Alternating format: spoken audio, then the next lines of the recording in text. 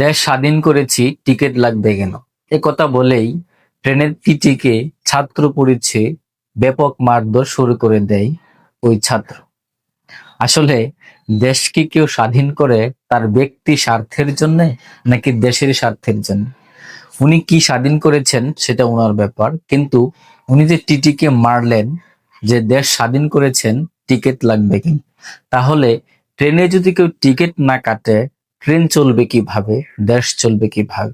দুঃখজনক ঘটনাটি ঘটেছে কিশোরগঞ্জের ভৈরব স্টেশনের একটি এলাকায়।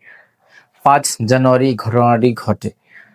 চলন্ত ট্রেনে যখন টিটি আসে টিকিট চেক করার জন্য, তখন ওই ছাত্র টিটিকে তার পরিচয় দেয় সে একজন ছাত্র এবং সে দেশ স্বাধীন করেছে, তাহলে এখন কেন তার টিকিট কাটতে হবে, এবং সেটা বলেই এই টিটিকে মারধর করে, যেটা বিভিন্ন নিউজের মাধ্যমে প্রচারিত হচ্ছে।